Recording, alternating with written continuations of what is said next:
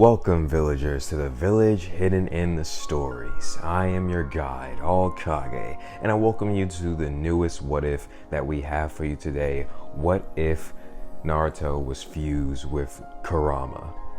And I hope you like this story because I worked very hard on it and kind of spent a lot of time on this one because, it takes me a while to make these stories and I haven't been posting a lot over the summer. And about the summer is basically over, so can't really do that anymore. Speaking of the summer, I'm probably not going to be doing summer videos. I'm not going to promise summer videos, mainly because that's not only the time that I use to basically take a break, but even though I love making videos, making videos even over the summer, it's kind of hard to keep up with when I'm trying to keep posting, even though I didn't really post that much over the summer, because making your own what ifs takes a very long time.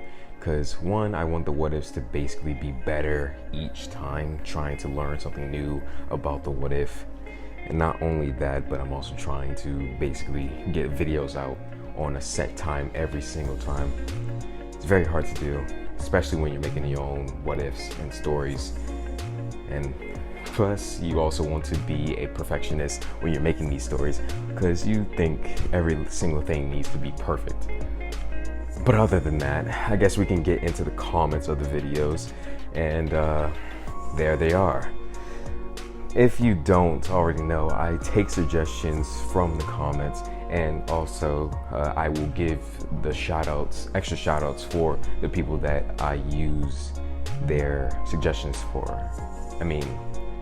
That sentence did not come together well. What I meant to say was I take what if suggestions that come from the comments, and you get a shout out if I got a what if from you. And I'm pretty sure I have a series in mind the next week for a what if that I got from the comments. Another thing is that this what if does not have a ship necessarily. I do think I could put one in here, but if you guys want to comment one before I do add a ship, you can, and I will add that ship instead. Either way, just let me know, and you guys just tell me what you need. Please comment, like, subscribe if you like my videos, and share my videos as well, because you never know, someone that you know might like what ifs as well. So without further ado, let's get into this amazingly crafted what if. Dark night. A wisp of cold air filled the village of the leaves as night finally began to settle for most. This night wasn't like any normal night. It was a night or day of celebration for all, with a parade around the whole village brightening everyone's day with what had happened the very exact date 5 years ago. The Hokage had made it known that this was a celebratory thing for all to enjoy, but it hadn't been like that for one whiskered blonde who resided in this hateful place. To most outsiders, they would see this place as one of the best villages, or maybe the best village, as they treat their shinobi and villagers almost practically the same. But to those who reside in it, and also can see the difference in a kuni and a scroll, will know the real side of a place like this. The wind of the night picks up and stirs on the nose of a tanned, blonde, 5-year-old, whiskered boy. Ironically, it was his birthday, and yet it was a day of pain for him. The boy was barely breathing as the wind spread through the alley he was in, and with the wind came some moonlight. As the new light stretched around his form, he was seen in all his glory. To anyone with a right mind, he was a cute little boy, respectable in his looks, and for those with an older mind, they would have faith that the boy would grow up to be a handsome young man. He wasn't malnourished, although he was a bit skinny for his age, almost like a force had been willing him to stay well for whatever reason. As the light traveled around the boy, he could be seen in the heap of what could only be his own blood. The color embraced his body and clothes as his blue eyes were lighter than they needed to be. But inside the boy's mind, it wasn't as calm as he was now. POV shift. Inside the boy's mindscape lays a beast unimaginable. But this same monster was the reason for the village's hatred for the boy. In the blonde's mindscape lay the terrain of a sewer. Deep in the sewer laid a cage oozing with chakra. Damn it. The brat can't die yet. A voice said as it almost growled out the words before something slammed into the cage. And the scene past the cage started to collapse and fade. I will not perish. Another sound could be heard as the figure slammed into the cage again with an animalistic roar. A dim light shined on the beast, revealing its maw. Its sharp teeth grinded as its orange fur shifted. Its red piercing eyes looked onto the gates of the cage that it was in. I must do something, it said silently, realizing it wouldn't be able to help or survive like this. But what? How do I keep this brat alive so I can be free? It growled as it concentrated on the chakra that so many shinobi had wanted control of. Its 9 mountain-like tails flailed around it as it put its human-like hands together. Its red cursive chakra spread throughout its cage and made its way to the sealed door. Just push it all through the cage into his body, mind, and chakra. And if I do it right, my escape will be secured, he said as furthermore eyeing his cage with hatred. The chakra started to pour into the seal. The more chakra he pushed, the more that came out on the other side as the seal started to break. Outside of the mindscape, the blonde boy's body had been shifting. His blue eyes became slit and red chakra started to waft out of him. The energy started to heal the boy, but that was about it.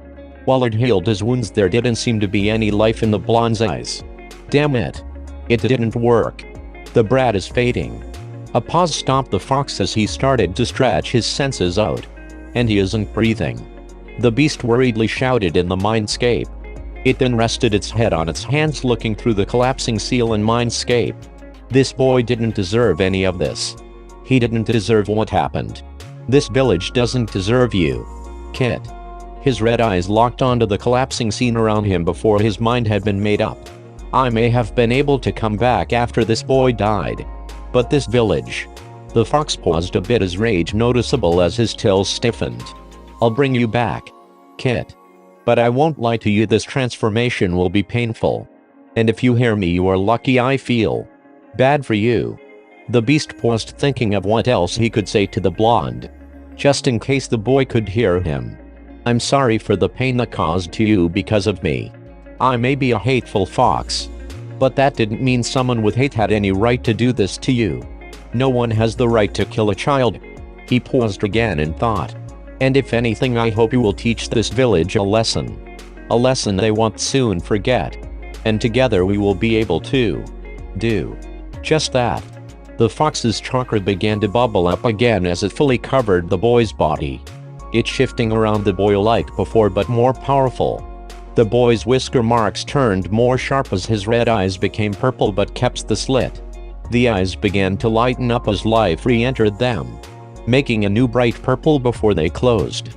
His cold body began to warm again with the boy's breath returning at full force. The red chakra had fully consumed the seal on the boy's stomach but had made itself a new home. A new place to stay inside the boy as the monster soul would collide with the blonde's, forming something. No, someone entirely new. POV shift. It was a hard night for the Hawkage. The third Hawkage to be exact. The old man's paperwork had been a hassle to get through, to the point he hadn't been able to see Naruto on his birthday. But knowing the villagers, maybe they would be distracted enough to leave the poor blonde alone, is what he had thought after seeing the amount of paperwork. Of course he had finished it. And as a proud Hawkage, he needed to make up his promise tomorrow if he could. But right now seemed like the best time to go home. The man was then interrupted by one of his ambu who had appeared out of nowhere. The man had a dog mask and gravity-defying silver hair, not to mention an airy glow coming from his left eye. Hawkage-sama, the man said, but unable to bow as he was holding a certain blonde boy. Dog, the old man said, looking towards his ambu and then to the child he was carrying. Hiruzen stood up as soon as he saw the blonde, unable to hide his worry even as a Hawkage. Is that Naruto? Dog quickly nodded, his attention mostly on the blonde boy as he put the boy on the couch opposite to the Hawkage picture wall. What happened? Hiruzen asked as he sat back down, his shock still evident on his face. Well, I had been coming back from a mission one of the councilmen gave me. The old Hawkage held his hand up to stop his ambu, already having another question in mind. Why are you taking orders from the council? he said with an underlying knowing tone, his voice seemingly already having an idea of what his counsel had seemed to do. You listen to the Hokage and the Hokage alone, not the council. The man silently paused before bowing to Hiruzen. I'm sorry, Lord Third, he said, obviously more worried about Naruto, but only a trained shinobi could tell. Keep telling your story, dog, Hiruzen said, trying to hide his anger. I found Naruto in a pool of his own blood. However, no wounds have been found on his person. I believe the fox somehow healed him, Dog said, more professional and almost emotionless. Hiruzen put his hand to his head and thought about what had happened. It was obvious the boy had been hurt, especially with how the village hated the fox. Maybe they could have projected that hate onto the young blonde. Telling the village of his burden was the wrong idea, he thought as he silently looked out the window before looking back to his Ambu. You said the council gave you a mission. The man gave a quick nod, not saying a word. Well, I will handle them. You take Naruto to the hospital to check his vitals. I know how much he means to you with his connection to your sensei, he said before he looked down at his desk, causing a shadow to cover his features as he started to stroke his beard. Dog gave a nod before picking up the blonde and disappearing. This village doesn't deserve Naruto. And they sure as hell didn't deserve Minato. Why didn't I use the Reaper Death Seal in his stead is unknown to me. And I wish it had been that way. After saying this, the man looked to the side of his desk. A button made on the side of it. It's time I've shown the council their place. If they had really tried to orchestrate the death of Naruto. Cat. Crow. After these words were uttered, two more Ambu appeared, both with their respective masks. Cat had been a girl with light brown hair as wild as any animal. Crow was a young boy. He had black hair and dark eyes only found in a certain clan. They both bowed in respect to Hiruzen. Yes, Lord Third, they both said in unison, and respect with the same emotionlessness you find in Ambu. Cat. I need you to get me any information on anyone that was related to Naruto's attack. Crow. Tell the council to appear for a meeting at the usual meeting room. Both nodded after Hiruzen finished talking and left in the same flicker they had appeared in. Time skip. Hiruzen appeared annoyed in his seat in front of his council. Before, he had thought this group would be a good force of advisors to help him and any Hokage after him. But now what he saw was Prompuse's group of villagers who only saw the state as they could have. And a group of clans who cared more about their own placement in the village than anything else. He could see it in most of them, if not all. Especially in the head of the Uchiha clan. And the village councilman Misuruno. Why did you drag us here? Cried a villager annoyedly as he was eyed by most in the room. I assure you there is good reason for you all to be here. Hiruzen responded in a quick, calm tone. Unlike how he was really feeling. I called you all here because of some things that have come to my attention. Village council. Everyone paused as they waited for the man to finish his sentence. You sent one of my Ambu out on a mission. The room went silent. Not a usual silence, as it was unsettling to everyone but Hiruzen. Now usually that is a problem by itself. But have any of you heard what had happened to Uzumaki Naruto? As he said this, the man waited for some sort of response until two village councilmen started to laugh. Hiruzen. He snorted as he spoke. This can't be seriously about him. The girl beside the man was laughing just as much. I mean, the demon. The woman stopped in her tracks when she felt the immense pressure and killing intent wafting off of her Hokage. In fact, the whole room had felt frozen as they felt the pressure. Most people on the village council had either shit themselves or passed out, while the shinobi side were sweating enough to dehydrate them. And then Hiruzen started to silently speak again, only this time his calmness was clearly a farce. No one in this room will call that boy a demon. He paused a bit before looking at his council, coldly calculating his move. Especially not after what happened to him on this very day. That I had stated would be a day for celebration. Including that boy. So I will allow you one chance. What did you call young Naruto? As he stopped speaking, the uncomfortable silence came back. The silence stayed for a few seconds as neither the shinobi council nor village council moved. Both too scared to cross their Hokage. They had most on the villager side had thought the man had grown senile. But something like this had made them rethink that fact. and one man in particular named Denzo had been especially worried. He is gaining a backbone once more. He thought, almost looking in the same cold, calculating way at his old teammate. It could be bad for my route. And if he knows they haven't dismantled it, it will be hard to let him away from it. The man's thoughts were quickly interrupted as some of the council calmed down. I just called him his name, sir. Naruto. The woman said as she fake smiled, a bit afraid of the man. Good. Now the village council has some explaining to do. Most of you have orchestrated something against that boy. And you can either show yourselves now, or I will have Ebiki look at all of you. Hiruzen said as most in the room suddenly gone up in an outrage. A known salesman in the council was the first to share his take. Lord Third, I assure you, this is an outrage. You cannot have all of us be put into interrogation over one little boy's accident. The man said, showing clear disdain for Naruto in his voice. Exactly. Another shouted, agreeing with the man. More continued to agree before the man would stop their shouts just by a raise of his hand. If you think that this is a democracy, you are sadly mistaken. I have given each of you too much power, and you use it to hurt a child. Another roar came up on the village side of the council as most of the shinobi side were just as annoyed as Hiruzen by this. That thing is no child, and this at its best is favoritism, Hiruzen. The man sighed before throwing a kuni at speeds not even the shinobi council could see, and the weapon landed at its mark, as true as it could in the dimly lit room. The councilman's head was taken clean off as not a drop of blood spread on anything but the floor. I gave you each a warning. The man said as much of the village side of the council could be seen throwing up or looking to their Hokage and the corpse at the same time. So, will you cave? Or, will you be taken to Ebiki? He'll give everyone a week to come clean. Council dismissed. And Amber clean up the mess. The man walked out of the room as he said this, leaving the council to contemplate what they had seen. But no matter what anyone had thought, their Hokage had changed altogether. Time skip. Hiruzen had stopped by Naruto in the hospital. He had already noticed the malice that came from the different doctors who had been watching the blonde. But he decided to ignore most of it. Mainly because it didn't matter, as all he needed to worry about is if the boy was alive. The man began to make to the room he felt Naruto's chakra in, ignoring the front desk as he didn't have time to talk with them. Once the man reached the room, he gave a small sigh, worried for the boy, but hopeful to see him in a better condition. As the man walked in, he was met with the boy who had thought was Naruto staring into the distance of the room. No light reached his face as shadows covered it. His blonde hair had also shifted, or at the very least changed color.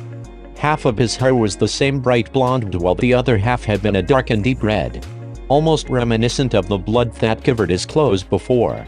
But now the blonde was covered in a hospital gown and blanket, still only staring, not acknowledging his Hokage who had entered the room.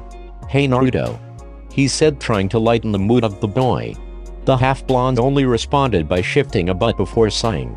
Then the boy gave a grin to the man, slightly surprising him but somewhat reassuring him. Hey, GG, he said excitedly. Hiruzen smiled back, happy the boy didn't seem to care about where he was. Seems like you are in good spirits. How about I get you some ramen? The boy gave an exaggerated smile before shouting out. Really? Wow, GG, you rock. He exclaimed loudly, his same grin and closed eye making him look more like a fox.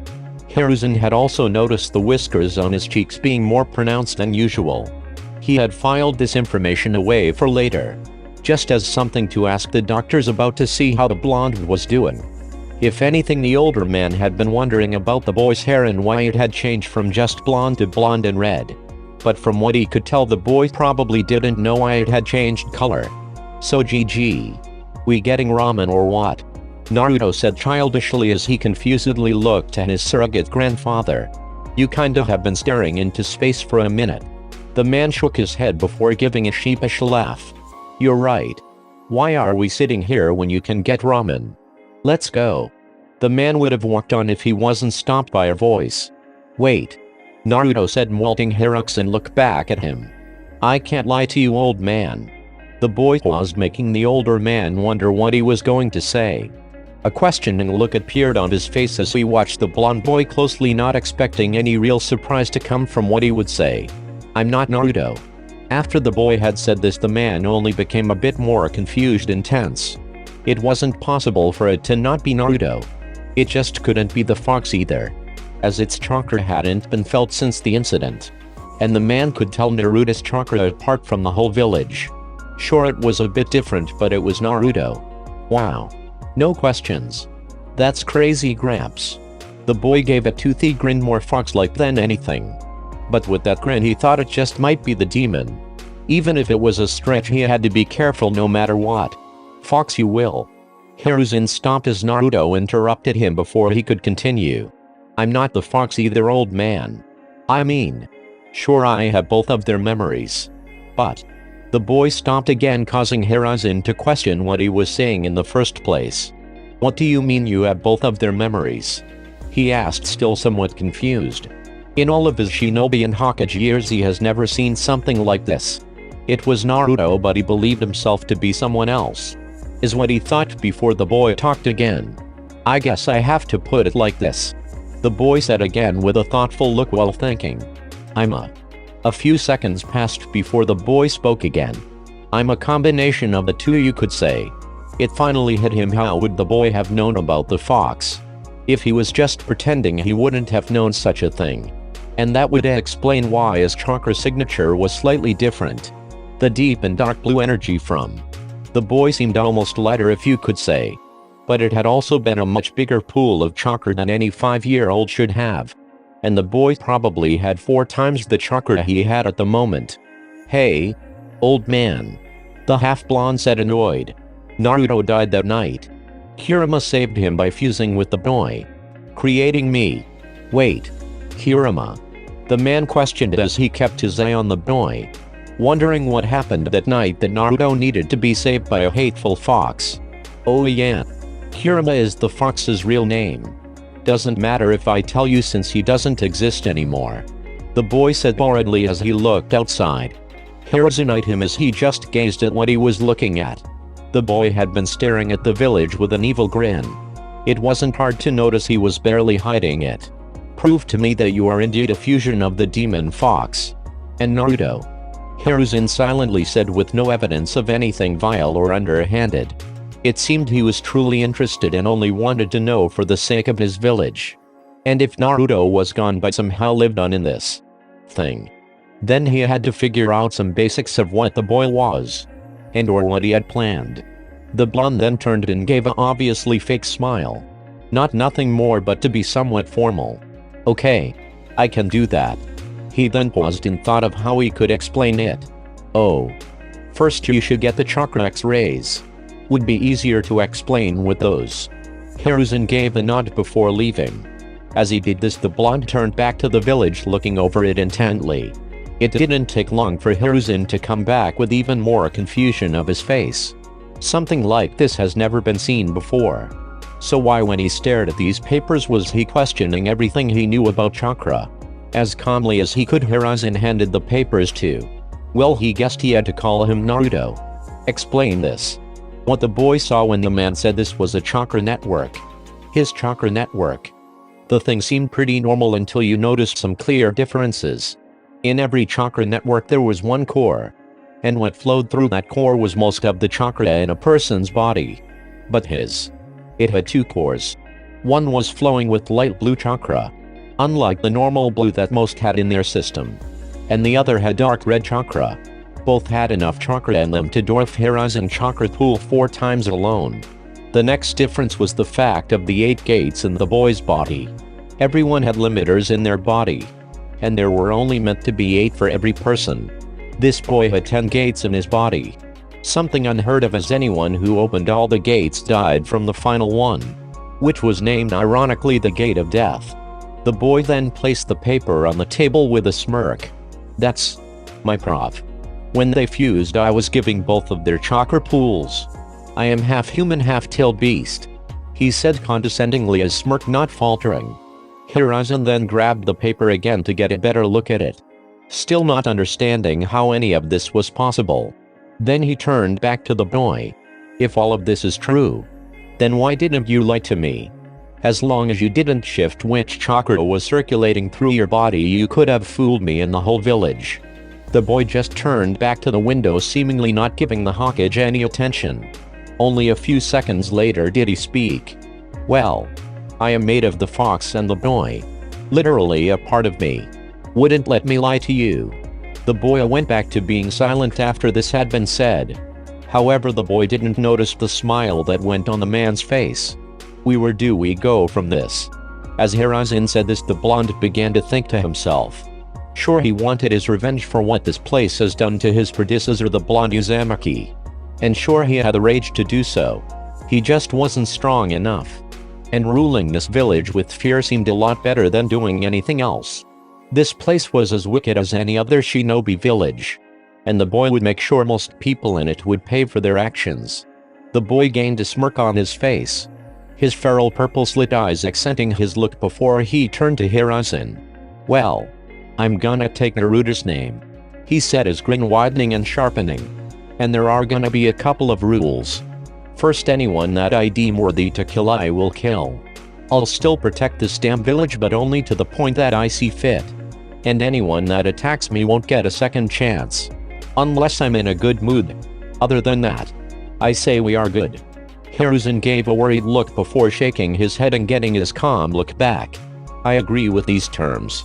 Naruto blinked as the man said this, somewhat confused before laughing. The laughs only stopped after a few minutes and the blonde had still been chuckling a bit. "Wait, old man." He chuckled a bit more after saying this. "You're okay with me killing people who get in my way?" he asked, somewhat confused but still chuckling. Hiruzen nodded before he gave a full answer, waiting for the boy to stop his laughs. "Yes. I'm okay with it. A 5-year-old child died that night. And in this village is unacceptable. So you can do what must. But I will be limiting against your fellow ninja unless they are truly wicked. Will that be fine?" Naruto gave a nod before laying back. When the boy got out of the hospital, he was treated almost exactly like his predecessors. The glares. The whispers. There was also sometimes throwing items. Whenever this happens, Naruto was able to get one good glare to stop them. And if anyone stepped further into attacking him, well, let's just say there were many rumors of what happened to those people. Time skip. 2 years. Naruto had been walking through the village rethinking all that had happened over the years. He had gotten his own nickname from the villagers. Vengeful Demon. Mainly because, like he had told the Hokage he would, he had killed anyone that tried to attack him. And maybe some who had wronged his past self. Whether it was for pleasure or excitement was unknown to the villagers. But he laughed any time he was able to kill one of them. It almost made him feel alive. The whole rush of the kill was amazing and made most people fearful of him. But now he had to deal with something new. Naruto finally arrived to the school he would be attending. Such a place was annoying to the half-blonde. And it almost made him hate coming. But another rule that the Hokage put on him if he wanted to continue being himself. He would need to go to the Shinobi Academy. The blonde still didn't know why he hadn't fled the village. The boy sighed before entering the school, looking as bored as he could. Naruto walked through the halls of the building, taking note on most of the place, as well as the looks he gained from the teachers who he just gave a grin to. At his current strength, he was able to take on maybe low tuning. But he didn't want to fight to break out. The rumors about him would just get worse like that, he thought, even if some were true. After a few minutes, Naruto was able to find the door to his class. With a slight sigh, he looked at the door and then to his hand. He might need to tone down his bloodlust so his classmates didn't become scared of him. The boy wanted to be a force to protect people like him as well as others who couldn't protect themselves. Even if he did it in his own way. He didn't want to scare anyone he didn't need to. Even as crazy as he was, he had morals. So that was decided for the half-blonde. Tone down his bloodlust. Or direct it all to the teacher. Well, he would see how the teacher was first. Naruto's hand swung down before the other moved to open the sliding door. The door seemed a bit stuck before the boy had decided to put more force into it. The blonde ended up ripping the door off after long to walk in, with his introduction being almost over. "His name is Uzumaki Naruto," the man said, noticeably with disgust in his voice. As Naruto got a look at the man, he began to be bored at him. It seemed like he was going to have to point his bloodlust at him. That was fine in his book. But what the blonde wondered about was why there were two teachers and the other seemed to smile at him. The first teacher, the one that called his name out with almost visible hatred, had a very particular look to him. He had blue hair that went down to his neck. His headband was almost like a hairnet in that it covered his whole head. The man was wearing the standard Chunin flak jacket, along with basic shinobi attire. The other man, who was still sitting and waving, had brown hair and a darker tan. His headband was on his forehead where most shinobi put them. And just like the other man from before, he was wearing a flak jacket and basic shinobi attire. Naruto wondered if he would be forced to wear that when he became a ninja, because if so, he wouldn't do it, no matter what Hiruzen promised the boy. Naruto walked in the door, still in his other hand, before he had thrown it aside. The blonde stood in front of the class looking at everyone, even taking in the smells of the place, which was a trait he had gained from Kurama. It seemed that as a half-tailed beast he had a lot of different abilities. He was a great tracker and sensor. He could even sense and absorb emotions. However, he had only absorbed emotions once and wasn't able to do anything with them. It seemed like it was an ability he would have to train with. Then there was his eyesight, which took him a while to get used to. Like the famed Sharingan in its 3-tomo state, he was able to analyze, copy, and even see the future. Although he would take longer to copy jutsu, unlike the Sharingan. He would have to see a jutsu maybe 4 times before being able to copy it. Mainly because he wasn't used to seeing chakra. That was another thing. The boy was able to see the chakra around him always. While it was faint, he was able to control how much he did see, though. That helped when he didn't want to be overloaded whenever he looked at someone. There was also heightened strength, speed, and defense, and a healing factor that would make any Jinchuriki go at him, along with his 2 chakra pools and cores. However, he couldn't pull on the chakra, since a body not made of chakra was harder to use than a body only made of chakra, meaning he wasn't able to figure out his other abilities, which he knew he had just from feeling and seeing his chakra flow inside of him. The reason Naruto thought back to the abilities he discovered was because of his 2 new instructors. Both had been hiding their hate for him. Only the brown-haired shinobi was hiding it well, and the other not so much. "Hi Naruto. I'm Iruka Umino. And this is Mizuki," he said, still hiding the hate in his eyes very well. "Would you mind introducing yourself?" Naruto only blankly looked to the class when he said this, his sharp eyes glazing over every student. He said, "Would you mind introducing yourself, kid?" Mizuki said, restraining himself noticeably, to the point some of the students were confused. Naruto only gave a sigh before looking at his new classmates with a toothy grin. "I'm Uzumaki Naruto," he said almost as loudly as he would before, but with a bit more malice directed towards Iruka and Mizuki. "I am your new classmate. A few things you should know about me is, well, I'd kill these 2 in a heartbeat if I wasn't promising my GG." The boy paused at this, thinking a bit on what he said. "Wait. My GG?" he said, a bit confused by himself, still trying to figure out where him and Hiruzen stood. "I guess I do respect the old man, but GG is a bit strong." Then the boy just stopped before his grin turned psychopathic and he turned to his teachers. "But what do you think? Would you rather have the protection of my GG or not?" The 2 started to sweat at this, almost making the boy laugh at them. But he held himself back, already seeing his was starting to freak out his classmates. The boy's grin turned normal once he realized this. Naruto then turned to the class once again. "I won't say sorry about that, since that is how I really feel. I won't lie about wanting these 2 dead. But I won't tell you why that is," he said, his grin become more disturbingly normal by the second. "Anyway, other than that, I also promise not to harm any of you." The boy paused again, thinking more about himself, with his hand on his chin, his grin almost disappearing. "My likes are ramen, GG, and killing. My dislikes are those who truly deserve to die. Being weak, fighting those weaker than me, and being attacked for no reason." He paused again, almost tempted to look out the window in remembrance. By now most of the students were freaked out by the half-blonde, almost to the point where they freaked out whenever his eyes landed on one of them. Naruto then sighed before speaking up. "My hobbies? Well, those would freak you out more than I already have, he said as his grin came back. Wanna hear?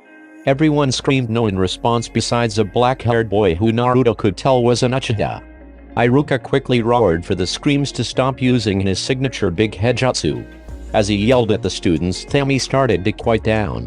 After all of them were silent, he turned to Naruto. You. Go find a seat, he said, faltering as he tried to hide his fear and or hate. Naruto slowly walked up through the room, finding a seat in the top corner. He sat there and thought to himself. Maybe he had gone a bit too far. Sure, most of his bloodlust was directed at the teachers who hadn't hid their hate for him. But now he had scared his class and possibly scarred some for life. But hey, it would do some of them good to see what most shinobi needed to be like. Their line of work was going to be hard. And most people who don't enjoy taking life who also still had alright morals. Or someone who wasn't able to push past themselves to kill when needed would inevitably fail being a shinobi. But most villagers didn't know that. And from what he could see, most of the class was made up of village-born shinobi. The other part were from clans. He could make out the Uchiha with a hairstyle close to a duck's, but the boy would probably try to rival him. A lesser-known clan, pink-haired Hiruno. Although he wondered why the girl kept looking to him as if no one could see her. The blank-eyed Hyuga. That girl seemed shy. For whatever reason it was, he didn't care too much. The Yamanaka, Nara and Akamachi. All three didn't seem to be close. Well, aside from the Nara and Akamachi. And then lastly there was Inuzuka and Aburame clans. These two he was only able to make out by their smells. One because of the dog smell. The other because he could smell the bugs crawling in him. These clans' heirs seemed to be unlike everyone else. Well, aside of the few who had shown unique traits that could be, as any Nara would put, troublesome. But most would probably grow to be great shinobi, as they didn't even show signs of being affected by his little spout. Or they were hiding it very well. Okay, for our new student.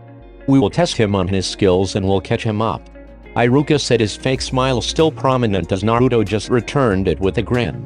After this, the two instructors moved their class outside to test the blonde. The small training area was filled with wooden post-end targets. Most likely meant for kuni and shuriken. The other part of the area seemed like an arena right next to the school. While it was small and known to most, it had seals placed around it for protection from jutsu and genjutsu. First things first. Naruto. You will show us your skill in genjutsu with kuni and shuriken, Mizuki said blandly before walking over to the boy. Naruto was then handed 10 kuni and 10 shuriken. He was then guided by Mizuki to the targets as his classmates watch. These are training kuni, so you won't hurt anyone if you miss. They are dulled but still sharp enough to stick to the target, Iruka said as Mizuki walked back to him and the students. Naruto looked to the small throwable weapons in his hands. They seemed a bit heavy. Even with his high strength, Naruto he still felt a hit of the weapons. Seemed that they had already started trying to sabotage me, the half-blonde said silently, looking to his targets. No one had noticed what he said. Not even his instructors, as the boy threw one kuni. The weapon had flown through the air fast even with its dull state. The sound of metal cutting the air was prominent before the mini landed with a thud. Everyone looked in surprised at what the boy had done. It may have only been his first kuni, but he had gotten a bullseye. And unknown to Naruto, the other students, or even Iruka, Mizuki was wondering how the boy had done such a thing with the weighted kuni he had given him. However, most didn't expect the blonde to do it again. But when he threw another bullseye with his psychotic grin, he had surprised just about everyone. Then he had done it again. And again. And again. Until finally he had done it with all of the shuriken and kuni, his grin still holding up. Well, I guess you have the highest genjutsu score in the class. After the Iruka said this, Naruto walked back overboard again. So, what's next? Naruto said, ready to get his orientation. Or whatever this was. Over. The boy turned to everyone, who still seemed surprised, until Mizuki cleared his throat. Next is a one-on-one battle. He paused, looking for someone for Naruto to spar with, until his eyes closed over one black-haired boy with a slight grin on his face. You will go up against Uchiha Sasuke, he said, not hiding his grin before his class went in uproar. Unsurprisingly, the young black-haired boy had many fans. Boys who wanted to be his friends, and girls who wanted to be his. Which Naruto kinda thought was somewhat annoying. Most were saying how the half-blonde would be lucky to last 3 seconds in a fight with the boy. Others were somewhat worried for the boy with how Naruto had scared most people. But by far the loudest of the group was the pink-haired Haruno. The girl, or better yet Banshee, had hurt everyone's ears with her shouts and screams. Especially Naruto's. He was holding everything in his will to not attack her. That didn't mean he would last long without doing so. Mizuki then guided the two to the small arena, almost did with excitement as Iruka led the other students to watch the match. This will teach the demon to threaten me, he thought with a grin as he started to proctor the match. Mizuki then walked towards the two as they stood opposite of each other. Surprisingly, both hadn't said a word to each other. The only difference was Naruto kept his grin on, still unnerving most who saw it. And Sasuke was silent completely with an I'm too good to talk to anyone look, as well as the basic frown on his face. Along with cries and cheers for Sasuke to win from the class. Hajime. Mizuki roared stiffly, almost quoting the class as they watched. Sasuke assumed his clan's interceptor fist stance, QSE-eyed Naruto with slight boredom. Having been one of the clan kids not to be threatened by the blonde. The whiskered boy, however, didn't presume a stance at all. Partially because he didn't have his own and didn't want to go all fours. Mainly because his body wasn't meant to do so. This ended up being all that he could do. So he decided to go with his instincts, wait for an opportunity, and pounce like a predator should. Only problem was that was somehow what the interceptor fist did. Sasuke, seeing that Naruto wasn't going to attack first, made a move. He rushed in, readying a left elbow jab, keeping his body low and still in his stance. Because the blonde had nowhere to dodge, he grabbed the attack. His claw-like hands grasping the boy's arm firmly. Also making sure to hold back his power, as if his extra strength got out of control he could kill the kid. The blonde then pushed him away before shifting his whole body with his knee. The attack connected with Asume's chest, nicking the wind out of him. This was before Naruto jumped off of the only foot he had on the ground and landed it into his side. The sloppy attack was only going by instinct and was easily grabbed by Sasuke. Before Naruto could get away, he was hit with a fist to his face. The half-blonde landed on the floor. Trusting his instincts, he dodged a stomp from the boy, which seemed to have no force behind it as it wasn't a part of his fighting style. As the boy rolled away, he was able to quickly get back up before another attack came his way. Sasuke tried to axe kick Naruto, making the boy dodge with his hands in his pockets. Another attack came after the first miss, as it was a side kick with the boy's opposite leg. As the black-haired boy turned, his leg was caught before he was pushed back. Then Naruto rushed in with one thought. Strike now. Just as he thought this, his left fist went flying at Sasuke. The punch had connected, only this was a precise strike to the boy's guy. While it didn't knock him out, it sure confused him a bit. However, before the boy could move for the last strike, the spar was stopped by Mizuki. It showed the man didn't want to see the great Uchiha beaten. Although he didn't want to stop his attack, Naruto did, as he knew if he didn't he would have to deal with the Uchiha clan. He could deal with some villagers and low chunin like his instructors with his basic half-assed fighting style. But even he knew if the clan went after him, he would be put out of his misery. Even if it was out fighting. Well, I guess Uzumaki Naruto has tied with Sasuke, Mizuki said, trying his best to give a fake smile, which no one had paid attention to. Naruto ended up giving a creepy grin. Then he turned to his first instructor, holding himself from attacking. So, you stop our match just to make a tie? The boy's grin became sharp before he started to laugh. You know, I would have knocked him out with that final attack if you didn't stop me. The half-blonde wasn't angry, no. Not one bit. Far from it, in fact. To the point where he only could laugh hysterically. The reason for his laughter and amusement was the fact that whatever authority or confidence the man had was gone with those few words. Not to mention the looks his classmates were giving him. Such obliviousness and disgust directed at him was just funny. Because they knew nothing about him and yet they do this. That's why it was so funny to him. It was funny how they followed what their teachers and parents did no matter what. Not even giving him a chance. But hey, who could blame them? The boy, No, the beast is someone you would never try to talk to unless you had a death wish or he found you interesting. He would leave you alone as long as he thought you didn't deserve death. And well, so many never understood that. But now, Naruto saw his first instructor as someone who hated him to the very core. He was able to read his emotions, he couldn't hide that fact. And yet he tried to do so and failed so much at it. Even then the man was oblivious to how Naruto felt. No one knew how he felt. Well, they did now probably. With his laughs they knew he felt pure and utter joy. But they had no idea why. And that was the best part for him. "Why are you laughing?" Mizuki asked, having the same face of confusion as everyone else, losing the mask he had been placing on himself. Hearing this, Naruto stopped before shorting his grin. "You wouldn't get it. It's just something I finally figured out," he said, giving a genuine smile before helping Assume back to the class. After this, the rest of the day went like any class would. The students were taught basic history of shinobi, which Naruto slept through as he felt it was boring. After the day had ended, Naruto made his way out of the school. He was immediately met with glares and whispers which he only smiled at. This only made the glares worse, but the boy didn't care much as he left the school. He was able to hear the comments on how it was a bad decision to let him into the school, and how he was a demon. Which may have been true but was harsh since they knew he could hear them. But now when he walked through the village he could feel that all of the glares were just hitting fear.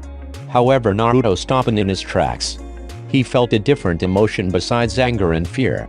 Well, he always felt those because no one saw him every single day. But the emotion was interesting to him, he didn't know how to describe it. And it seemed far. Still in the village, but far nonetheless. The boy began to run. Still seeing the different glares that came his way as he made sharp turns following the emotions. He let what he felt get him as he finally found himself as close as he possibly could be. Then he stopped running. Naruto found himself at a gate. More accurate, a gate away from most buildings that seemed to be its own section in the village. The gate seemed to have a forest inside it and stretched overhead to the sky. Bigger than the Hawkage Tower.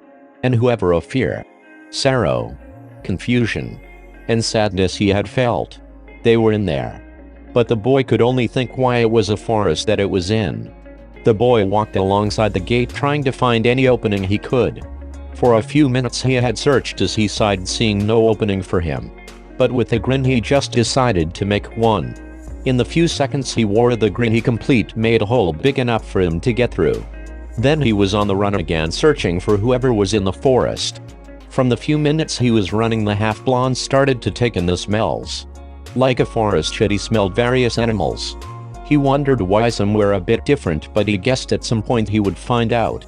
The boy stood beside a tree taking a break, finally being very close to the whoever was in the forest. This person is interesting. Fear like this is hard to find in the village. Especially when it's not caused by me, Naruto said as he turned left and right, sniffing the air as he moved. Then he ran off again. He would have kept going if he hadn't tripped on something mid-stride. Hey, what? The boy got up quickly to look at what made him trip. When he did that, he saw a little fox cub. It looked smaller than usual and it was wearing a short cloak, which was weird in itself. Another thing about the orange animal was the fact that it had a scar on its chest and half of its left ear was gone. Then he realized all the emotions that he had felt were coming from the fox. But with that being almost impossible, he began to look around a bit curious by the fox. And then he stopped, not seeing any other thing that could have been feeling all of what the fox was. The boy held his hand out to the fox, still curious. So you were what was afraid. But why? Naruto said as the orange animal nipped at him. However, he didn't move his hand, his predatory instinct and chaotic nature not prominent in what he was doing. I wouldn't do that if I were you. After saying this, the boy looked at the fox, who began to growl at him. He kept his stare on it with the best normal smile he could muster. So, I'm guessing you're not growling at me, the half-blonde said as he realized where the fox was looking to. The fox began to close its eyes, Naruto being able to feel more fear waft off of it as it did so. After this, the boy stood up and looked behind himself, his slit purple eyes piercing through the foliage. The whispered blonde was easily able to see the predator in hiding, ready to pounce. It was a tiger. But not any normal tiger. It seemed whatever this forest was, its animals and dangers were way bigger than anything he saw. And then everything seemed to slow down. The tiger had moved in for the two, ready to attack. Naruto only gave his signature grin before his eyes flashed red. The tiger seemed to move faster than the eye could see. But the boy had moved even faster. When the fixed appended eyes, it was met with an image of the 7-year-old boy with his hands through the tiger as if it was paper. Blood dripped from a wound on the boy and tiger as well. Naruto had killed it. It wasn't before it had bitten him, piercing in his shoulder. "Seems like it got me," he said, somewhat bored as he took his arm out of the beast. He then threw it back and turned to the fox. "So that was scaring you? It must have been hunting you down," Naruto said to the fox before licking the blood of his hands. "Must have been so frightening for you, little guy." After saying this, the boy swung his arm, sending the tiger's blood flying away from him as his wound healed. "Looks like I've been underestimating my strength and overestimating my healing factor. Got to work on that." "Thank you," sounded a shy girly voice that came from below the blonde. What was that? He thought before looking down to where the sound came from. The boy had seen the fox. But that couldn't be right. Foxes don't talk, he said out loud, crouching towards the thing before it yipped at him. "This one does." It almost sang, with it being very clear it had spoke to the boy. "I guess I stand corrected." Naruto almost walked off after this before the fox roared out at him. "Wait. You're not surprised?" it said quickly to the boy. "Well, no. Not really much surprises me anymore. I mean, me being created was a surprise," Naruto answered almost as quickly. "Well, what's your name?" The boy turned around as he heard this from the fox, somewhat confused if he was really talking to a fox. "I'm Uzumaki Naruto."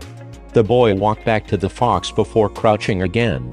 He waited a bit, eyeing the fox before he said anything, almost as if he was inspecting every little thing about it with curiosity. "So, what's your name?" the half-blonde asked, waiting for an answer. "And while we are on the topic of you, what are you?" he said, still curious. Sure, he killed for fun, but even killers had questions. And this specific killer had morals to go along with it. Before speaking, it looked around with what Naruto could only guess was a smile. Then it whispered to him, "I'm a summon. And my name's Rubikitsu." This just confused the whispered boy even more. He knew what summons were because of his extra memories from Kurama. But what was a fox summon doing in Konoha, where they very clearly hate foxes? Especially the chaotic sicko red and blonde-haired boy himself. Just didn't make sense to him. "So why are you here? Also, another question. Are you a boy fox or a girl fox? 'Cause I cannot tell," Naruto asked rapidly, almost confusing the fox with how fast he spoke. "Well, I'm a guy. And I'm had a mission to find the great Kurama." The half-blonde gave one of his usual grins before speaking to the fox. "What a coincidence. I'm a fusion of Kurama and a human. So I'm the closest you're gonna get to him." He paused before looking at the small fox again. But why would they set a kit and not a bigger fox? The fox just sighed at this before he dropped on Naruto's shoulders. This made the boy steadily start to walk. "Well, thanks for telling me about your situation. That explains why I feel two different chakra pools within you." The fox paused before jumping to the boy's other shoulder. "And to answer your other question, most jobs in the Kitsune summoning area are based off of size, age, and type of fox. Say for example you're a 10-year-old fox that was born to be a giant battle summon. They are small at young ages before finally growing up to be giant battle summons. So they need different jobs at young ages until they get their finally job. But most of the time it's dependent on the type of fox you are." At this, Naruto stopped walking with a thought on his mind. This thought then gave him a bigger grin. "Well, you foxes are versatile, right?" he said before Rubikitsu nodded. "And you are strong." The fox nodded again at what the blonde had said. "All right. Then you should be my summons." It took a few seconds for the fox to react to what he had said. Naruto was then met with a laugh from the young fox. The blonde lost his grin before gaining a new one. The boy quickly grabbed the fox and slammed it into a tree. "What's funny?" he said sharply but calmly, scaring the fox cub. I was The fox was only able to stutter out words, making the boy a bit amused before letting him go. Look, I'm not gonna kill you. My bloodlust was dealt with when I killed that tiger. Maybe some other time though, he said silently. This freaked the fox out a bit before he found himself back on Naruto's shoulders. The half-blonde looked blandly to the fox, him seeming a bit bored before speaking. So, why did you laugh? Rubikitsu just chuckled scaredly before wrapping himself in his bushy tail. Well, the Kitsune clan don't like humans. Especially not any from Konoha. The fox answered as quickly as he could, still feeling a bit tense. This made Naruto wonder at what had happened for the foxes to not like humans. It probably had something to do with them relating foxes to Kurama. Wait, did you say Kurama was your master? The blonde asked. Not what I said exactly. But yeah, he is. The fox answered just as quickly as the boy asked. But why? Naruto sat down with another thought on his mind. I might be able to still summon you guys. The boy said with a grin. I'm not human. And I'm a fusion of Kurama and a human. After he said this, Ruby started to jump with excitement, forgetting about the attack a few seconds ago. Wait, you could really be our summoner? He asked quickly before jumping off of Naruto's shoulder with a smile. Naruto gave a clam nod in response. As long as they are fine with me being half of a human, I'll be fine. Plus, I am also half of Kurama. And it would really help me out if I had summons, said the boy before stretching, readying himself to leave the forest. I'll see if I can have my father help you join. It would all be up to him if you join or not. Naruto still had his grin before speaking once more, finishing stretching. Well, now that that's out of the way, we should get out of this forest. As the blonde said this, the fox jumped onto his head before laying silently. The fox-like boy was about to move when a shuriken went flying directly past him into a nearby tree. The two boys looked toward where the weapon had come from, only to see trees covered in dark shadows. No sign of anyone nearby, but both knew someone had to be hiding there. And if it was a shuriken that flew at them, it had to be a shinobi. And a skilled one at that. Then Rubikitsu whispered to his new friend, almost too quietly for Naruto to hear, if he was as normal as some people from his class. So, should we run? He said silently, asking and waiting for an answer. The answer was quick as Naruto moved to dash away from whatever was attacking them. He had no experience with tree hopping or wall crawling. His two predecessors were a fox and a child, neither knew how to act like a ninja. Naruto made it halfway to another tree before switching to all fours. Hold on, he said quickly, dashing off as fast as he could. A few seconds went by before more Kuni and Shuriken roared at the two, stopping them momentarily before the boy switched directions. Then the blonde jumped up, causing the fox on his head to hold on a bit tighter. The boy leaped near a tree and pushed off of it, launching away from more projectiles that came at them. Naruto moved to do the same with another tree, landing a bit away from more attacks. Finally, the boy went back on all fours, his friend still grabbing his head closely. Then they were able to see it. Light finally flashed at them as they were able to look past the forest and see the village. The trees seemed to stop enclosing them as they ran closer to get out of the forest. We did it, Ruby thought. We are gonna make it out alive. The small fox grinned to himself before looking down at the half-blonde, seeing the boy's scowl. This confused the small animal until he had realized they stopped moving altogether. Hey, why did we? The fox paused right as he looked up to what his new friend had stopped at. More like who he had stopped at. The two had a while to look at the beautiful lady as she posed in front of them, almost as if she didn't care one bit about how anyone would react. Naruto kept the scowl on his face before shifting it to his usual grin, somewhat mad at himself for thinking he could get away from a shinobi. Overwhelming strength and speed were nothing if your opponent had the smarts and experience to mislead you. And the boy had fallen right into the lady's trap. She was taller than most villagers he had seen. In fact, she was probably the same height as Aruka. He thought to himself before looking her over once more. The woman's dark purple hair was fit enough of a kunoichi, especially one who probably had the skills to be on assassin-type missions. Her brown eyes were bland, but even Naruto could notice her curves and her slightly tan skin, not to mention the way she carried herself. She had on a sandy yellow trench coat. and a mesh shirt with shorts. Her headband was placed on her forehead like most other shinobi, and just like them, her shinobi sandals were black. "You two been staring for a while. Find something you like," the girl said playfully, trying to see if she could tease Naruto for a quick laugh. Unexpectedly for her, the boy almost didn't react. The only noticeable thing being his grin shifted into a smile that ever so slightly twitched. The woman quickly stood up straight, causing Ruby to stare again as she began to stretch. "You two really could run. Bet if you were up against a Chunin you would have lost him. Lucky for you. I'm a Jonin," she said with a foxy grin, getting Naruto to shift slightly, making his arms cross. "You gonna tell us who you are? Or just leave us in the dark? Either way, me and my friend here want to get home."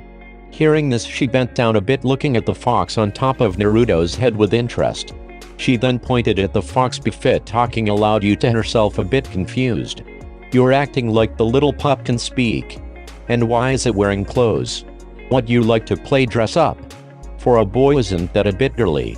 As she rambled on, Ruby began to scowl as much as he could without the woman noticing. The more she went on, the more the two were annoyed. This went on for a few seconds before Ruby finally bit her finger, which was still pointed at him. Noticing a pressure on her finger, the purple-haired woman looked back down and stopped her rant. She silently gasped as half her finger was in the mouth of the small fox. And as she silently writhed in pain, she started to cringe a bit. It only took a few seconds for the pain to turn into rage, and the woman started flailing her hand around. Still biting, Ruby held on as his body was swung around. "You damn mutt. Why'd you went and bit me?" Naruto only watched as the two fell over, the small fox still holding on with his jaw. "Man, you two are weird." After he said this, both looked at the boy before snapping at him next. The two almost roared at him with annoyance of the boy. It took them an hour to settle down and leave the blonde alone. "So, you gonna tell us who you are?"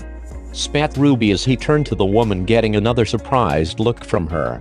"You can talk," she shouted, stepping back a bit before shaking her head. She then jumped down, looking at the fox closely. "That would mean you're a summon, right?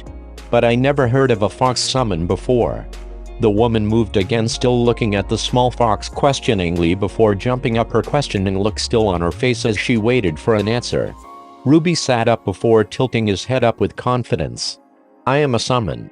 And the foxes are the strongest summons out there," he stated proudly before looking down in remembrance of one fact. "Although we don't have a summoner." Hearing this, the woman started to laugh, her purple hair shaking up as she couldn't contain herself. "How can you be the strongest and not have a summoner?" she asked sarcastically before speaking once more. "Now you see, I think the snakes are the strongest, even if one of our summoners are batshit crazy." Naruto and Ruby looked at her silently before one of them ended up laughing at her and the other gained his signature grin. The snakes got taken down by toads. Ruby sputtered out as best as he could, his laughter as loud as the woman's. "Toads are strong," she argued as the small fox still laughed at her. The laughing finally stopped as the three sat near each other. Talk began to start back up as Naruto watched the two be friendly. His grin widened a bit as he laid back, not noticing he was being watched now. "Why haven't you talked yet, kid?" the woman asked, appearing over him before he sat up. He chuckled as his toothy grin turned. "How about you finally tell us your name and I'll tell you?" Naruto said, his predatory instincts out of the way as he tilted his head condescendingly. The woman jumped up at the chance as she realized she was unknown to the two. "Okay. But it's only fair if you two introduce yourselves too," she shouted with a grin as she got into another pose. "I'm sure you already know who I am. Most people in this village do. Aside from people in my class, of course," Naruto said, giving a yawn before tilting his head to the side in anticipation. The purple-haired woman just gave a pout before continuing. "I thought kids were supposed to love shinobi. I mean, I am your senior. When you become a shinobi, you're gonna have to listen to me, you know." Naruto just gave a small chuckle before going back to his toothy grin. Rubikitsu sprouted up next to the woman, giving a kind smile. "Don't worry, miss. I'll introduce us," said the fox before he jumped onto Naruto's head. The woman gave a smile to the cub, gaining her confidence again, changing into another pose. "Thanks. Anyway, I'm the cute Sexy. And great. Anko Materashi. After this was said, Ruby just stared at him while Naruto got up ready to leave the forest. In reaction, Anko did pains at the two, more surprised than she was before. She quickly moved out of her pose and sprung in front of the two. You guys act like you don't even know who I am. Naruto gave a shrug before speaking to the girl. As like her, he wasn't really sure how to react. In most situations dealing with others, he either had to scare them or kill them to survive. And right now he was dealing with something he wasn't really used to. Well, we don't know who you are, said Naruto as condescending as ever. If anything, you're just annoying. I mean, you were chasing us. And after that you started fighting with Ruby.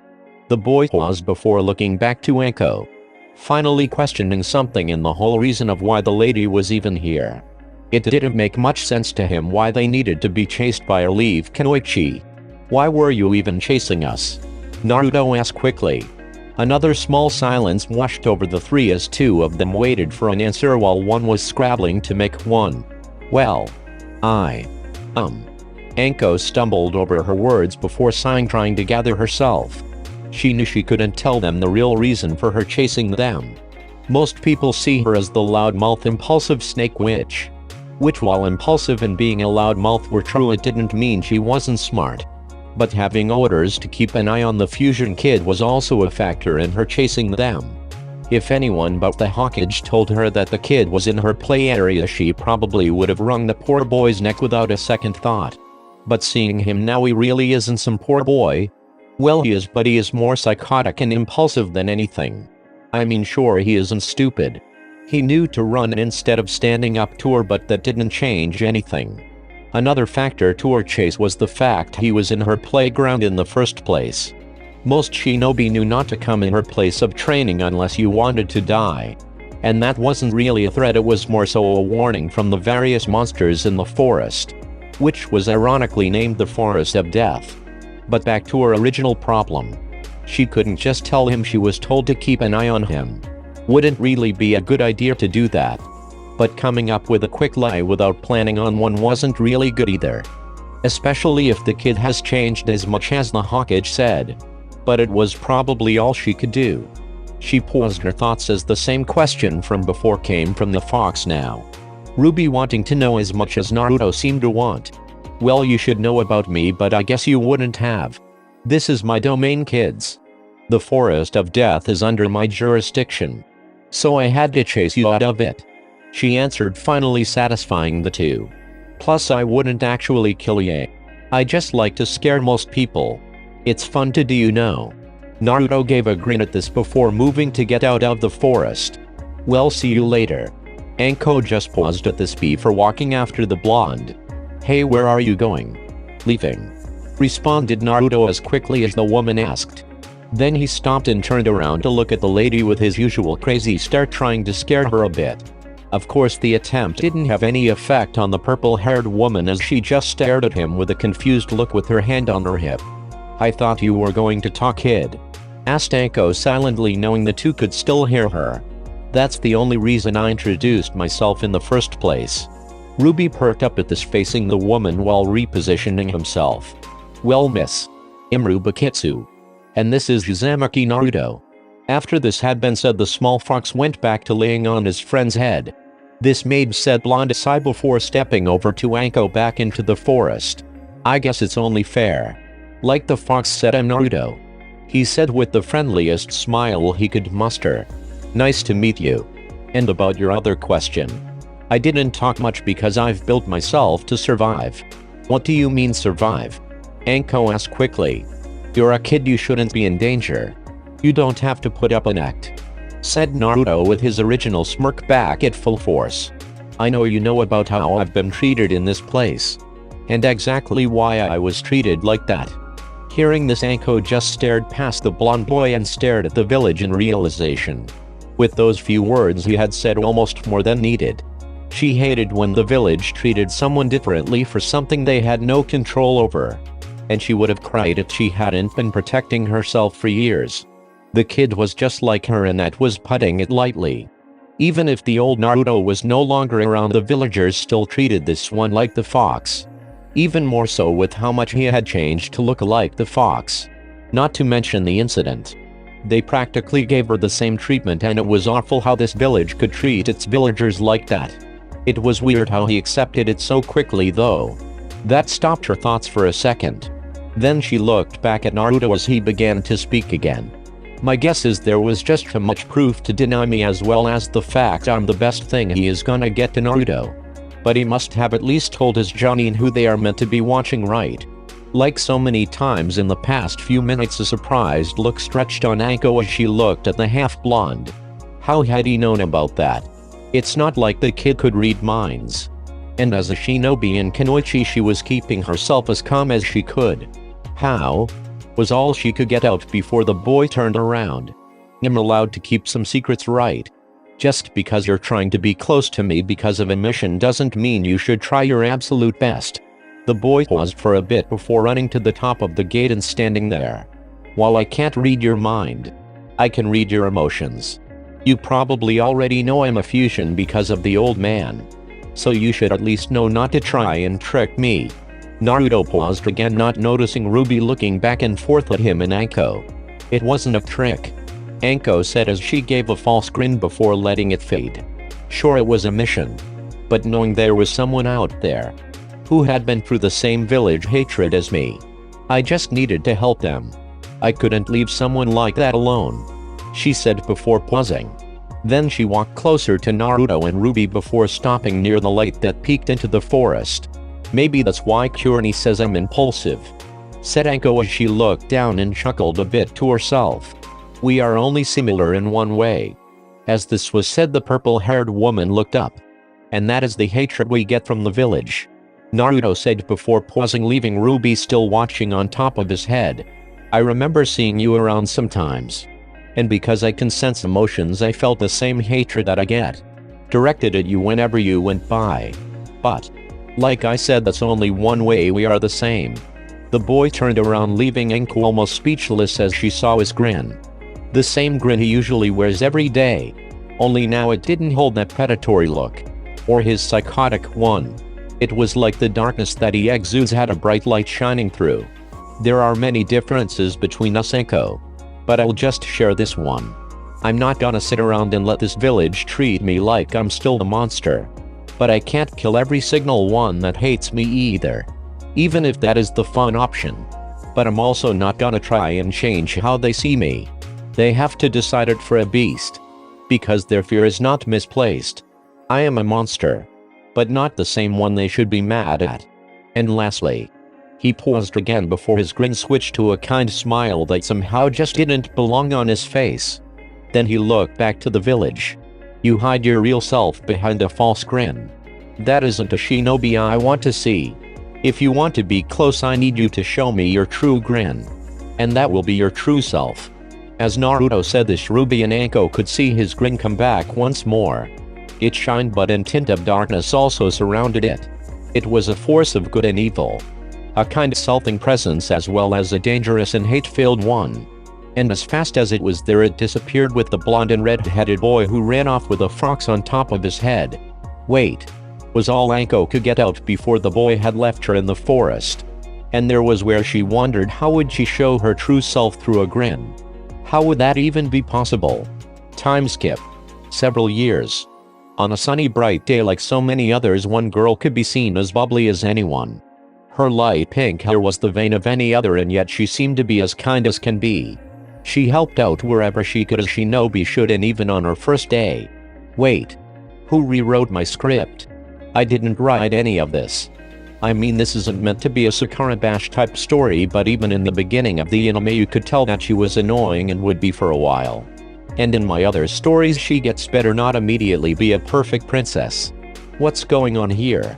Sorry, I just wanted to make it a bit better. Who said that? Wow, no narrations either. You are really bad at writing. But I didn't expect one of my creations to flat out rewrite another universe. So how are you, Adventure Time Naruto? Can you please call me something else? What? Hate that you're getting rebooted like so many others. No, it's not that. It's just that calling me by my universe is kinda weird. Just call me Astral for now. Can't be named Naruto when you're gonna rewrite me anyway. Can you tell me why that is again? Well, like with so many of my stories, I feel like I could do better. And with yours, that started out earlier than expected. So I'm gonna try and make it better. Well, you. Same base story and everything. Some things will be changed. The main problem is the pacing. So I got to keep working on that as well as the storytelling. Hopefully I'm getting better. Just don't touch any more of my stories. I'll let you interact with other versions of yourself at some point. Like the Watcher. Or, yeah, it doesn't matter. Where was I? How Sakura is a good person and everything. Oh right. Just give me a second. The pink-haired girl helped wherever she could, and on her first day too. She was Sakura Haruno, or known to most in her class as pink-haired Banshee. Her new way of acting wouldn't have fooled anyone, but today she was in a good mood. She passed the shinobi test like so many others in her class. And luckily for her, the scary monster of a boy Naruto had failed. It was perfect for her. The only thing that would make this any better would be if her Sasuke called into her arms. But she knew she had to wait a bit longer. Step 1 of getting Sasuke's love is done. Step 2 is in motion. She said, still as bubbly as before. The pink skipped past Shoot as she made her way towards her school. She would have kept going, but she was pushed aside by a certain platinum blonde running past her. And that one push was enough to make her as mad as ever. I know, Pick. She roared as she jumped up and ran after the other girl, leaving dust trails behind her. When Sakura got next to her, she was able to roar louder at just seeing her friend turned rival. And that was exactly what she did. What are you doing? I know, Pick, shouted the pink-haired girl as she rammed against her former friend. None of your business, Billboard Brow. She shouted back, commenting on the girl's massive forehead before pushing back. I'll make it to class before you, Billboard Brow. And when I do, Sasuke-kun will be all mine. He will love me no matter what you do. Sakura gave a small scowl at this before shouting back. She had already had enough of her old friend trying to steal her Sasuke-kun. No matter what, it seemed Ino always tried to come between her and Sasuke.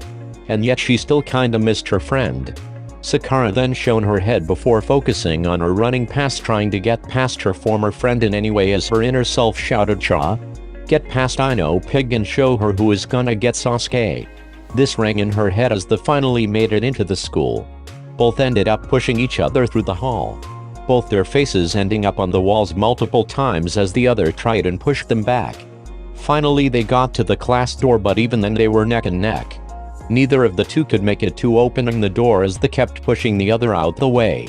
And even when they got it open, both tried to get through the door at the same time, getting them stuck.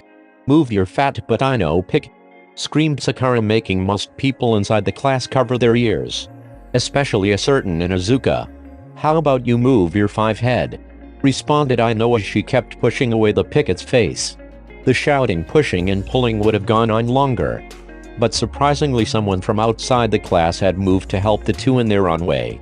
A teenage boy around the same age as the two kicked them through the door before walking past them. He was about to make his way to his seat, but he was stopped by the two girls, with Sakura rushing at him first. "Hey, you idiot. Why'd you kick us like that?"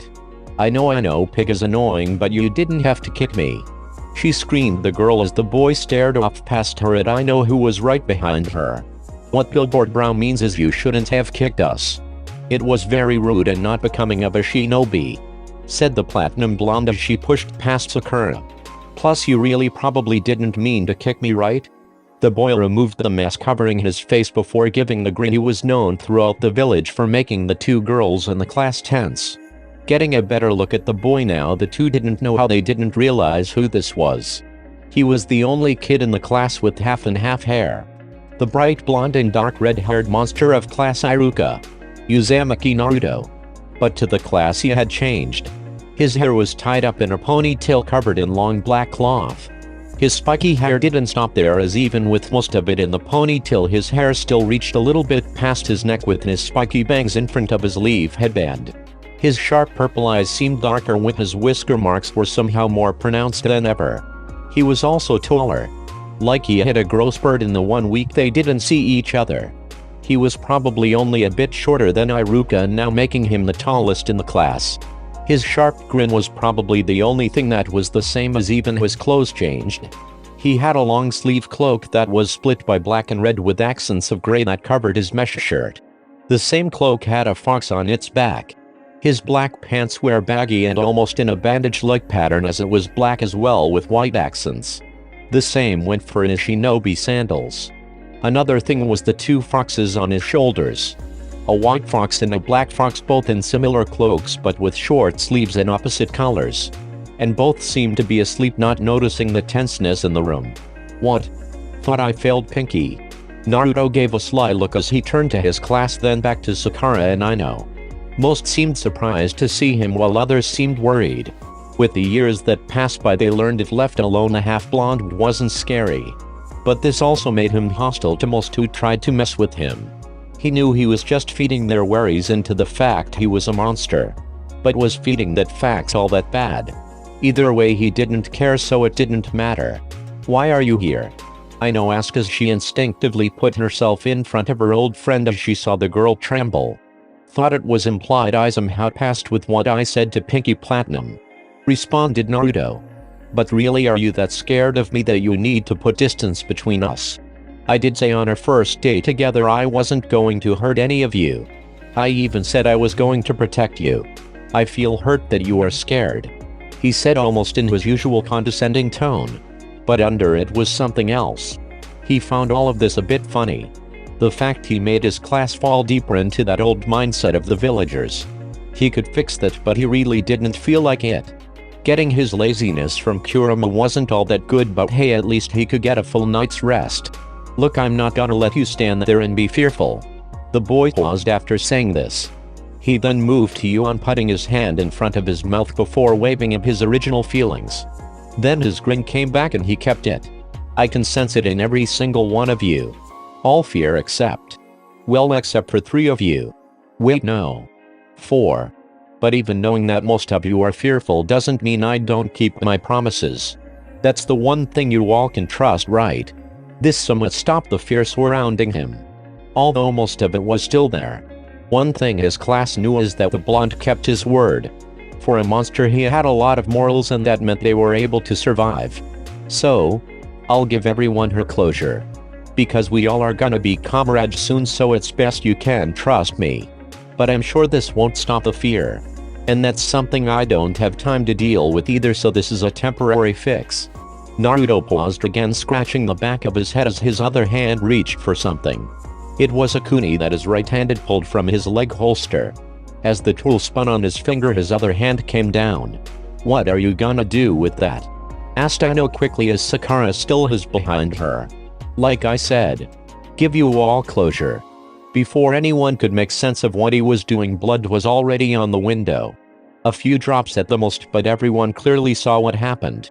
Naruto slit open his hand with ease, not caring in the slightest about the deep cut. "I swear, on my blood, that I won't hurt you and will work to protect all of you." Another pause came as Naruto began to think for himself. Then it came to him. The rest of what he wanted to say. It was only fair if he was promising not to harm them to give them all an if. Made sense. But turning against the Hokage and the village means a death worse than any other. While the village doesn't have that many shinobi who turned against it, doesn't mean one of you won't. After he said this, his hand fell. Surprisingly, no blood came from the motion, and unseen, his wound had healed already. Then he moved to take his seat near the farthest window. After everyone had settled down, Iruka finally made his way into the class. It had surprised the Chunin how quiet his class was being. And seeing as Naruto wasn't late, something probably ended up happening. But knowing that none of his students were dead was fun enough for him. Especially after the half-blonde saved him from Mizuki. Flashback. It was a dark night for the village as a student of Kanoha's shinobi exceed my had stolen the forbidden scroll of sealing. And of all the students it could have been, it was Naruto himself. His shoulder-length blonde hair swayed in the wind as his short stature layered by a tree holding his open black and red jumpsuit closed. Of all times he had to go from his original plan, this was the worst. First, he found out that it was near impossible for him to do the regular clone jutsu a few years ago. Not to mention, over those years Mizuki was increasingly showing his true self bit by bit. The boy knew he was planning something, but when he found out, he realized it wasn't that bad of a plan. He would have done it by himself if he didn't have a deal with the old man. But even then, it was all kinda stupid. His teacher planned to fail one of his students and make them steal the scroll as a way to get it. Then he would pin the blame on that student and leave the village as quickly as he could. While that was the simplest way to put the plan, it seemed a bit too smart for someone as hate-filled as Mizuki. Either way, since Naruto had the scroll meant Mizuki should be in the area in an hour. The boy had to make it look believable, so he actually did steal the thing, but he did give a note to Hiruzen just in case. And with the time he had, he could learn and write down a couple of jutsu. The first few seemed like stupid jutsu to try. Most of them were basically one-time use and would kill you as soon as you used them or right after. Which he didn't like. He wasn't suicidal or anything. But at the fifth jutsu, his eyes widened. The multi-shadow clone jutsu. He said almost silently as his grin widened. The jutsu seemed to be a branch of the clone jutsu, and it being a jutsu that consumed lots of chakra. He decided learn that first and then write 3 other jutsu down. He ended up learning said jutsu in under 15 minutes. And the others he wrote down were Rasengan, something called wood style, and the shadow shuriken and kuni techniques. He didn't know why he called out to the first 2, but shadow shuriken seemed like a way to double his shuriken and kuni, so it would be good if he ever needed to use the weapons. Even if he usually didn't like using weapons. Well, now that that's done. After saying this, the half-blonde rushed through hand signs, weaving faster than most genin. And then when he was done, he bit his finger, drawing blood, and slapped his hand on the tree branch he sat on. In a puff of smoke, more space on the branch was filled with 2 small figures. A black fox cub with a white cloak. And a white fox cub with a black cloak. Sudakitsu. Sadakitsu. I was trying to summon your brother. Naruto looked disappointed as he looked at the 2 inside before giving a small smile. But it's always nice to see you. Ruby is on a mission with father right now. Something came up and we decided to take the call instead. Said the 2 as they gave a smile back. But you 2 aren't even messenger foxes yet. You're too young for the job that I need. Responded Naruto before laying his head back. Then he looked down again and sighed. But help from you 2 is better than no help. But don't tell Meguma. Your father would kill me if he knew I let you on this mission. And while I would like to fight him, I don't think I would survive. After saying this, the 2 foxes laughed before jumping to his shoulders. Suda would be the first to stop her laughter. What happened to your pride over the years, Master Naruto? The half-blonde just shook his head before checking the area. I still have pride. I'm just not stupid.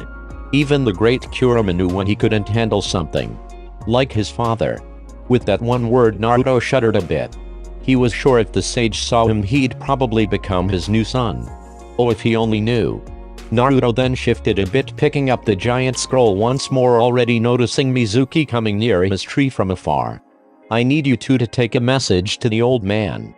While I want to kill Mizuki myself, that doesn't mean he can't at least know where we are. Naruto then turned again, putting the scroll behind him as the 2 fox cubs leapt away. For a few seconds he waited. And in those few seconds the man came. His wild light blue hair swished in the wind before he landed next to him. And aura of calm was overwhelmed by his pure hatred of the blonde. At this, Naruto gave a grin. He never felt anything for someone he felt needed to die. Maybe enjoyment at the kill, but that was just satisfaction of it. So, I got the scroll. I pass, right? Said Naruto as he looked into Mizuki's emotions.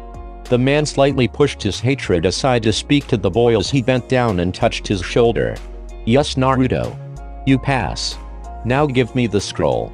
And then someone cried out at the 2. Naruto, wait. The voice said as a figure rushed between them, making Mizuki jump to another branch. Surprising but interesting to the boy, Iruka had come out of nowhere to help. Well, he didn't need it. He probably should keep his act up just to kill this scene a bit more. Mizuki. I saw everything. Why did you trick one of our students into taking the scroll? When hearing this, Naruto tried his best to act like he didn't know what was going on. Even going as far to look back and forth at his 2 teachers who were probably close to fighting now. It was all to get power. Mizuki said sharply. I have no use for this village if I can't get stronger. But you, Iruka. I was at least gonna spare you when I got back. But seeing you protecting that monster. The man paused, making Iruka scowl at his words. Then he spoke out. But it wasn't to Mizuki. It was to Naruto, who could only laugh at what came out. But he still kept himself somewhat calm. "Get out of here, Naruto. And take the scroll far away," he said, trying to protect the half-blonde as he crouched and pulled out a kuni. If he had said any more, the boy probably would have been laughing his ass off. "You ain't getting away. Neither of you are." As soon as he said this, 2 giant shuriken rushed at the two. Iruka tried to cover Naruto, seeing as he was still so still, trying to calm himself and not laugh. This ended up with Iruka having a shuriken in his back. His blood leaked on the branch as the Naruto could only stare at the man's fading eyes. "Get out," he said again, his last words before falling off the branch. Naruto quickly threw a kuni to catch him, getting the man stuck on another tree as he passed out. Then the boy looked back to his adversary, shadows covering his face, before he spoke. With what Iruka had done for him, that represented him as someone to care about. There were very few people that he cared for, and most of them were his fox summons. With years that had gone by, he started to notice the hate that Iruka once had for him started to fade a while ago. But he still didn't let the man get close, because he didn't trust most adults after his creation. Especially not one that originally hated him. But with what Iruka just did, that changed Naruto's mind on how he saw the man. Well, he would never intentionally try and change people. Iruka did change, and was probably the only other human he would trust besides Gigi and Echo. If only he found that woman again after that day. "So, you really tried to kill him?" Naruto said, his voice darker as his purple eyes were now red but still unseen to Mizuki. "What demon? Finally gonna show yourself? You've killed many villagers. I heard the rumors and I know they are true. The vengeful demon of the leaf." Mizuki paused before pulling his other giant shuriken off his back. "Anyone I should put your death out to, demon? Or do you just want to die here right now?" That did it. The sentence that finally cracked the boy was that he couldn't hold it in for that long. A human telling him he was gonna die was absolutely hysterical. Especially when it was just a chunin. A roaring sound of laughter came from Naruto as he bellowed out.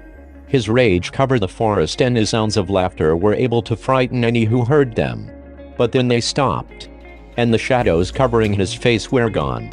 His predatory stare and grin were all that Mizuki could see. But what he could feel was his pure and utter rage.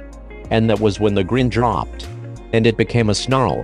Dark red chakra swirled around him. As it grew, his predatory presence did as well. Mizuki was now sweating and fearful, as with one leap Naruto was right at him. And with one punch the man was gone. Only thing left was the lower half of his body and the blonde on Naruto's hand. Then the blonde landed and looked back. "You don't even deserve my grin as you die. And even then, I hate your type. The type to do anything for power.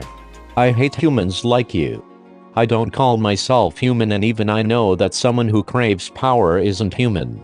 Flashback end. Thank you for watching the video. Please subscribe if you want to see more what ifs. Please like the video if you want to see more, and please comment so that way I can get suggestions and feedback for my what ifs.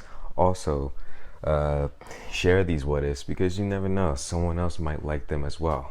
Without further ado, Okage out.